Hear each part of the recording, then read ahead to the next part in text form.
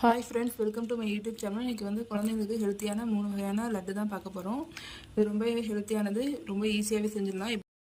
ஒரு கப்பு கோதுமை மாவில் ராஜஸ்தான் சூர்மா லட்டு எப்படி செய்யலான்னு பார்க்கலாம். இது ரொம்பவே ஈஸியாக செஞ்சிடலாம், ஹெல்த்தியாகவும் கூட. இதுக்கு வந்து ஒரு கப்பு கோதுமை மாவு எடுத்துக்கோங்க. இதில் வந்து 1/4 கப்புக்கு வந்து ரவை சேர்த்துக்கோங்க. இது எல்லாத்தையும் வெண்ணெய் இல்லைன்னா நெய் சேர்த்து நல்லா இது மாதிரி டைட்டாக பிணைஞ்சிக்கோங்க. இதுக்கு வந்து 50 கிராம் போட்டிருக்கேன் நான். இது நல்லா டைட்டாக பிணைஞ்சிட்டு கொஞ்சம் கொஞ்சமாக தண்ணி ஊற்றி கை வந்து நல்லா இப்படி பிடிச்சா ஒரு பிடி வரும்ல, அந்த அளவுக்கு நல்லா பதமாக அதை இது பண்ணிக்கோங்க. ரொம்ப சாஃப்டாக இருக்கக்கூடாது, ஹார்டாக இருக்கணும் மாவு. இந்த மாதிரி நல்லா பிசைஞ்சு விட்டுட்டு கையில் வந்து நம்ம பிடி கொழுக்கட்டைக்கு பிடிப்போம்ல, அந்த அளவுக்கு பிடிக்கிற அளவுக்கு இது இருக்கணும். இந்த மாதிரி பிடிச்சிக்கோங்க. இந்த மாதிரி எல்லாத்தையும் பிடிச்சி ரெடி பண்ணிவிட்டு நான் எண்ணெய் வந்து காய வச்சுருக்கோம். இதை வந்து சிம்லேயே வச்சு 10 நிமிஷம் வேக வைங்க. இந்த மாதிரி சிம்லேயே வேகும்போது தான் உள்ளெல்லாம் மாவு நல்லா வேகும். இந்த மாதிரி எல்லாத்தையும் ஒன்றா போட்டு பரட்டி விட்டு இன்னும் 2 நிமிஷம் வேக வச்சுட்டு இந்த மாதிரி கோல்டன் ப்ரௌன் கலர் வந்தோன்னே வெந்துட்டுன்னு அர்த்தம். இது எல்லாத்தையுமே எடுத்துக்கலாம். இது மொத்தமாக செஞ்சு எடுத்துக்கிட்டு இதை வந்து சின்ன சின்னதாக பிச்சு நம்ம ஆற வைக்கணும். ஆற வச்சதுக்கப்புறம் தான் நம்ம அந்த லட்டு வந்து ரெடி பண்ண போகிறோம். இந்த மாதிரி சின்ன சின்னதாக பிச்சு போட்டுக்கோங்க. அதுக்கப்புறம் மிக்ஸி ஜாரில் இந்த பிச்சை போட்டதை வந்து இது மாதிரி குறப்பாக அரைச்சி எடுத்துக்கோங்க. எந்த இது கட்டியும் இல்லாமல் நல்லா அரைச்சிக்கோங்க. நம்ம வந்து ஒரு கப்பு கோதுமை மாவுக்கு ஒரு கப்பு ஜீனி எடுத்து அதையும் மிக்ஸ் பண்ணி வச்சுருக்கோம். ஒரு கடாயில் வந்து நெய் ஊற்றிக்கிட்டு ட்ரை ஃப்ரூட்லாம் இந்த மாதிரி ஃப்ரை பண்ணிவிட்டு நம்ம பொடியாக்கி வச்சுருக்க கோதுமை மாவில் இதை வந்து இதில் மிக்ஸ் பண்ணிக்கலாம். இந்த மாதிரி ஒரு 2 செகண்ட் மிக்ஸ் பண்ணிங்கன்னா லட்டு வந்து சூடாக நல்லா பிடிக்கிறதுக்கு நல்லாயிருக்கும். அதுக்கப்புறம் நம்ம ஜீனி வந்து பொடியாக்கி வச்சுருக்கோம். அதையும் வந்து இந்த இதில் போட்டு சூடாக இருக்கும்போதே இப்போ வந்து அடுப்பை ஆஃப் பண்ணிடுங்க. மாவில் ஜீனி எங்கே பார்த்தாலும் போகும்போது நல்லா கிண்டி விட்டுட்டு நீங்கள் லட்டு எடுத்து ஷேப் பண்ணிக்க வேண்டியதான். இப்போ டேஸ்டியான சுர்மா லட்டு ரெடி ஆகிடுச்சு. கருப்பு கவுனி அரிசி லட்டு வித்தவுட் சுகரில் எப்படி செய்யலான்னு பார்க்கலாம். இது ரொம்ப ஹெல்த்தியானது. வீட்டில் குழந்தைங்களுக்கு எல்லாருமே செஞ்சு கொடுங்க. இதுக்கு வந்து கருப்பு கவுனி அரிசியை நல்லா அலசி காய வச்சு எடுத்துக்கோங்க. இதை வந்து ட்ரை ரோஸ்ட் பண்ணுங்கள், நல்லா பொரிஞ்சு வர வரைக்கும். இந்த மாதிரி நல்லா ட்ரை ரோஸ்ட் பண்ணதுக்கப்புறம் இதில் தேவையான அளவு பொட்டுக்கடலை இல்லைன்னா வேர்க்கடலை உங்களுக்கு எந்த ஃப்ளேவரோ அதை பிடிச்சதை சேர்த்துக்கோங்க. அதுக்கப்புறம் காஞ்ச தேங்காவை இந்த மாதிரி வெட்டி போட்டுக்கோங்க. இது நல்லா ஃப்ளேவர் கொடுக்கும். இதை நல்லா வதக்குங்க. நல்லா வாசனை வர வரைக்கும் வதக்கி இதை எடுத்து ஆற வச்சுக்கலாம்.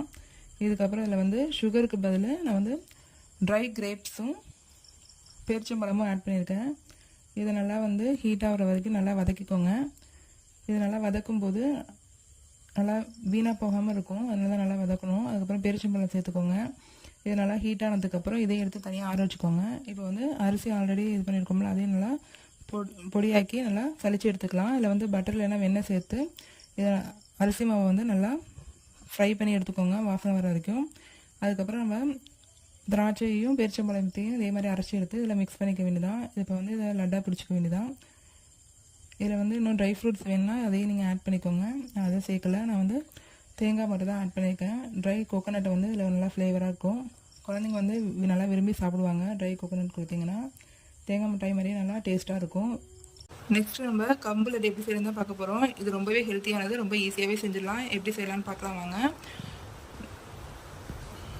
இதுக்கு வந்து இதை பாருங்கள், இந்த அளவு சாஃப்டாக இருக்கும், ஹார்டாலாம் இருக்காது. இதுக்கு வந்து தேவையான அளவு கல் எடுத்துக்கோங்க. வேர்க்கடலையை நல்லா வறுத்து வச்சுக்கோங்க ஃபஸ்ட்டு. இது நல்லா வறுத்து ஆற வச்சுக்கலாம். அடுத்தது வந்து ஒரு கடாயில் 4 ஸ்பூன் கீ சேர்த்துக்கோங்க. அதில் வந்து 1 கப்பு கம்பு மாவை ஆட் பண்ணிவிட்டு நல்லா வாசனை வர வரைக்கும் வறுத்து எடுத்துக்கோங்க. சிம்லேயே வச்சு நல்லா வறுத்து எடுத்துக்கோங்க.